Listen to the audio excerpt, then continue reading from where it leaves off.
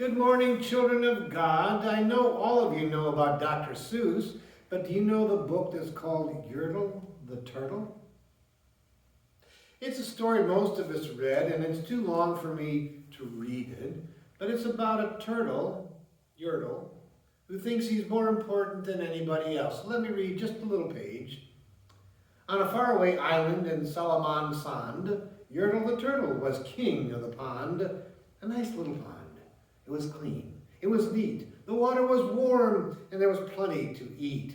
The turtles had everything turtles might need, and they were all happy, quite happy indeed, except Yertle.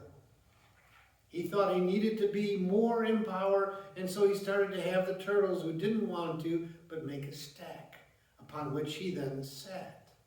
And he sat, but he wanted more than that, and so he forced them all to get on top of one another. Turtles, more turtles, he bellowed and brayed. Turtles way down in the pond were afraid. They trembled, they shook, but they came. They obeyed. From all over the pond they came swimming by dozens, whole families of turtles with uncles and cousins, and all of them stepped on the head of poor Mac. One after another they climbed up the stack, just so you can see. Well, it got to the point where Yertle the Turtle was lifted up high, but now the problem was poor Mac at the bottom of the pile, and he decided he had taken enough, and he had, and that plain little lad got a little bit mad.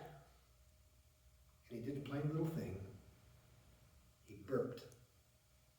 And his burp shook the whole throne of the king, and they all tumbled down into the pond.